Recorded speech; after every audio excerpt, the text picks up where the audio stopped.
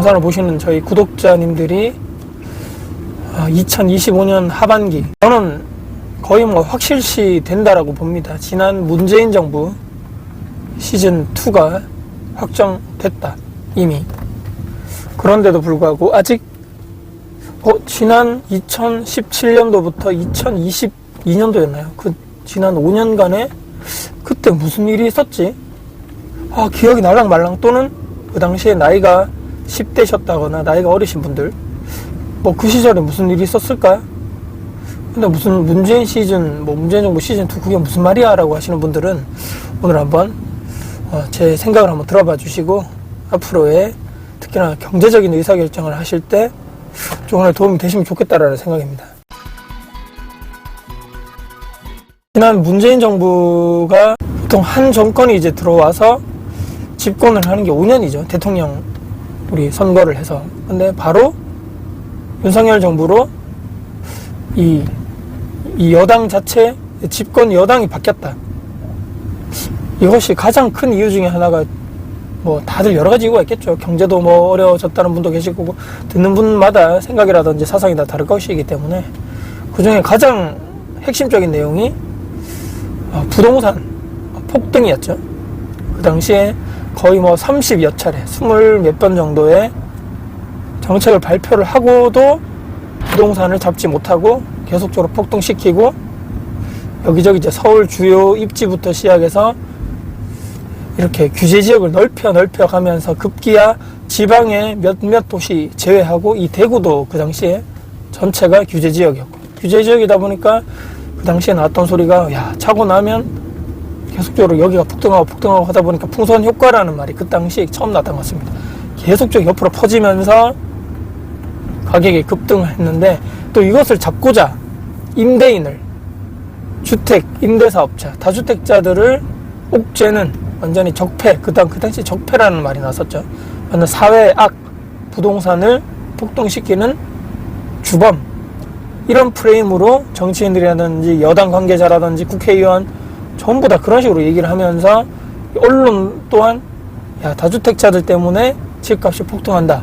그래서 급기야 2020년도 8월 달에 임대차 3법이라는 무시무시한 전세를 한 번 더 계약갱신권을 써서 5% 이내로 올려서 이런 전세, 임대 폭등, 그것을 막자. 인위적으로, 그러니까 시장 가격에 연동되는 것이 아니고 인위적으로, 그 당시에 과연 이게 통과될까? 과연 이런 법들이 안 될 것 같은데 라고 했던 것을 우습게 완전 비웃어버리고, 전문가들의 의견, 조금 더 사회적으로 문제가 많고 계속적으로 이것을 좀 토론도 해보고 여러 가지 장점, 단점, 여러 가지 문제점들이 많이 나올 것이기 때문에 이것을 충분한 회의, 토론을, 결과를 거치고 어느 정도 시범 케이스 같은 것도 좀 해보고 그 다음에 입법을 하고 통과를 시켜가지고 해야 된다라는 것을, 의견들을 그냥 쳐버렸죠. 자기들이 알아서. 그렇게 되면서 완전 전월세 폭등, 물량이 잠겨버리니까 이 폭등이 되는 거죠. 예전에 전세 월세 2년 줬던 것이 이제 4년을 줘야 되는구나라는 집주인들의 그 인식을 바뀌어버리면서 미리 좀 올려놔야 되겠다. 안 그래도 없는데 이 물량 자체가 없다 보니까. 여기에 계속적으로 그렇게 되다 보니까 규제는 규제대로 막 하면서 보유세는 막 엄청나게 올려버리고, 전세는 물량이 또 없다 보니까 근데 거기다가 더군다나 카드를 2년 더 살 수 있는 임차인분들에게 카드를 주는데, 이것이 안정화될 줄 알았더니만 그게 아니고 반대적으로 완전히 가격을 더 폭등시키는 결과. 나중에 이제 집권 말기에 가서는 이 대외적인 위기였죠. 미국발 금리 인상 때문에 대한민국 금리도 갑자기 단기간에 3배 정도로 폭등해버리면서 그 당시에 임대인들이 많이 또 무너져서 역전세로 거의 망하고, 또 임차인분들 또한 전세, 대출 받는 분들이 이자가 너무너무 높아지다 보니까 그럴 바에는 전세가 아니고 월세로 가자. 특히 또 비아파트 쪽에 전세 사기라든지 깡통 전세 이런 것이 또 윤석열 정부 초기부터 시작해가지고 터지면서 비아파트 쪽에 있는 임대인분들, 집주인분들이 완전히 그냥 탈탈 털려나가는, 다 망해가고 아무도 짓지도 않고 아무도 들어와서 살려 하지도 않고 지금 이런 상황이 벌어진 거죠. 근데 왜 문재인 정부 시즌2라고 생각하냐면, 그 당시하고 지금하고 거의 지금 비슷하게, 물론 집권 당연히 갔다 보니까 그런 식으로 가는데, 규제로 집값을 잡지 않겠다, 세금 폭탄하지 않겠다, 중세하지 않겠다라고 했더니만 그것을 믿어서는 안 됐었죠.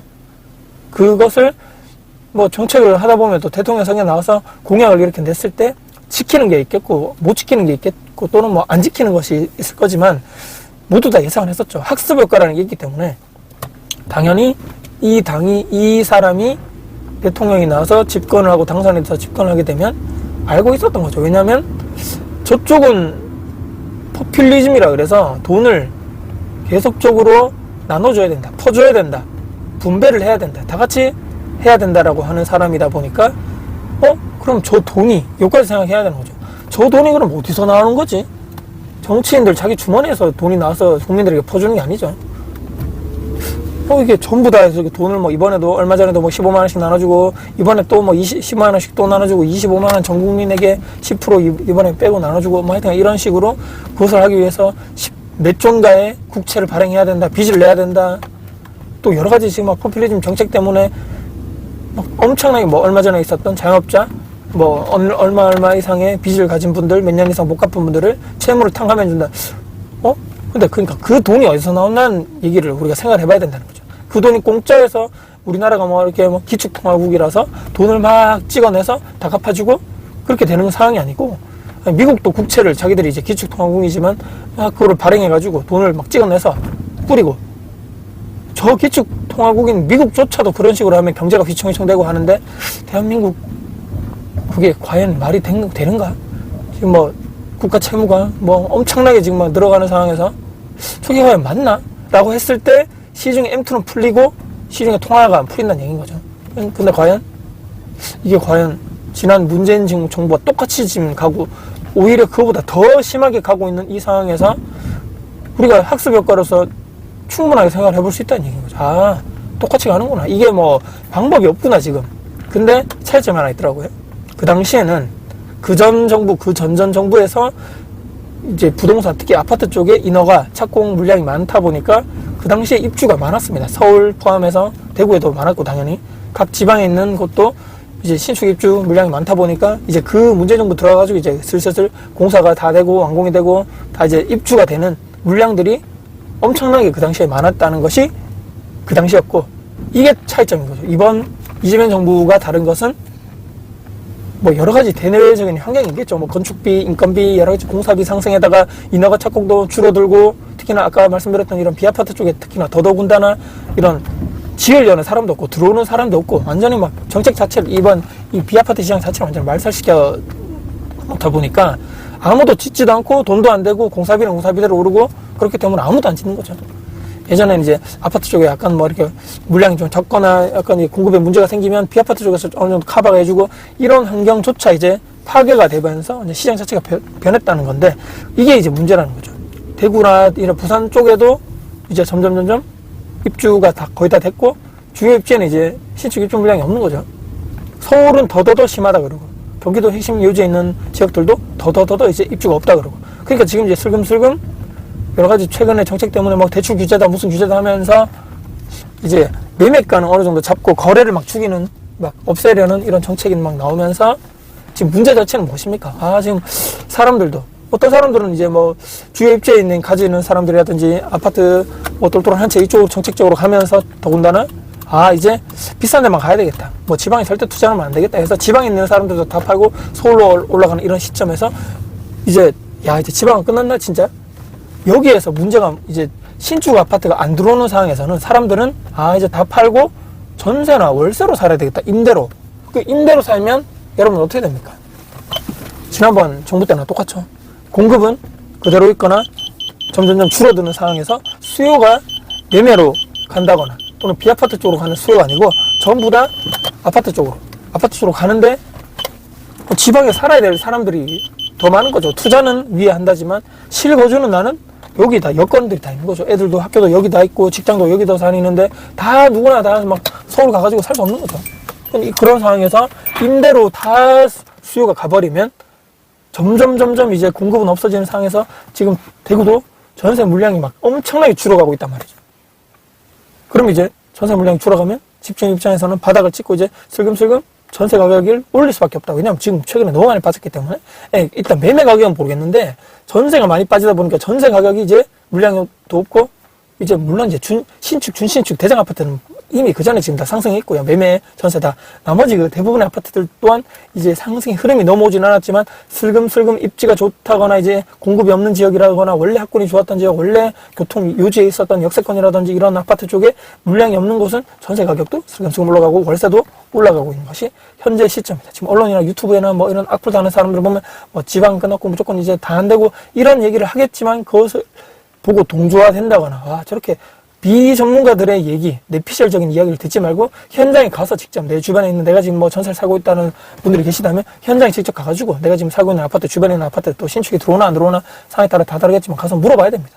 또 네이버 부동산을 본다거나 해서 진짜 올라가는 건 맞는지 아니면 점점점 뭐 저 말이 맞고 저 말이 틀리다는 것을 검증 자체를 스스로 해야 되기 때문에 이런 것을 내 스스로 가가지고 해야 되는데 제가 지금 문제정부 시즌2로 간다는 이유는 상황은 똑같다. 증세를 한다거나 집주인이라든지 임대인을 막 옥죄하는 정책을 쓰고 막 돈은 풀리고 다 똑같죠 지금 이게 빚이 막 늘어나가지고 막 국가 경쟁이 떨어지는 말때 이것은 뭐 나중에 이거 하여튼간에 점점 이런 식으로 가는 상황에 다른 것은 지난 정부는 그나마 입주라든지 신축 아파트 공급이라든지 비아파트 쪽에 공급이 있었는데 윤석열 정부를 거치고 지금 이 정부가 딱 됐을 때는 왜냐면 이 정부 문재정부에서 인허가라든지 착공 이게 물량이 감소되다 보니까 여기에 이제 실제적으로 다 지어져가지고 입주하는 이제 점점점 그런 상황이라든지 물량이 점점 감소하고 있다. 대부분의 서울부터 시작해서 대구, 부산 전부 다 할 것 없이 다 감소하고 있는 상황에서 그러면 야 이제 전월세가 주요 입지부터 시작해가지고 점점 올라가겠네. 똘똘한 한 채 정책을 이게 깨지 않는 이상에서는 그때부터 똑같죠. 계속적으로 다 서울에 주요 입지에 투자를 하다 보니까 이 지방 쪽에 흐름이 내려오지 않았지만 언젠가는 이 전세 월세가 가격이 올라가고 매매가는 지지부진한 이런 상황에서 언젠가는 얘가 곧 머지않아 올라갈 수밖에 없다라는 생각을 하기 때문에 영상을 보시는 분들은 내피셜로 뭐 하락론자 말만 듣고 저도 마찬가지겠지만 뭐 올라간다 이런 시장론자 막 말만 듣고 모든 내 경제적인 상황을 판단하지 마시고 요쪽도 들어보시고 요쪽도 들어보시고 근데 지난 정부와 이번 정부 왜 시즌2로 간다는 얘기지? 이걸 한번 냉정하게 현실적으로 딱 우리가 완전 이거 내 생각이라든지 감정을 다 내려놓고 이성적인 판단을 하시면서 앞으로 향후 내가 2년 뒤, 4년 뒤, 또 6년 뒤에 나의 경제적인 이런 자산을 더 상승시킬 수 있는 그런 내가 선택, 초이스는 무엇이 될 것인가, 경제적인 선택을 내가 어떻게 해야 될 것인가, 다시 한번 전세, 다시 한번 월세 또는 이번 기회에 나는 매매를 해서 자가를 가져가야 될 것인가를 한번 고민을 하셔가지고 어떤 것이 내 경제적인 자산을 더 올릴 수 있는 선택인가에 대해서 깊이 고민하시고 또 이런 쪽의 의견을 한번 들어보시고 내 의사결정하실 때 도움이 되셨으면 좋겠다는 말씀을 아마 강조를 드리고 싶어가지고 오늘 출근길에 영상을 한번 촬영해봤습니다. 오늘 영상 여러분께 도움 되셨다면 구독, 좋아요, 알람 설정, 댓글 주시고요. 제 영상 주변 분들께 공유될 가치가 있다고 생각하신다면 널리 공유 부탁드리겠습니다. 여러분들 진심으로 응원하겠습니다. 화이팅입니다. 고맙습니다.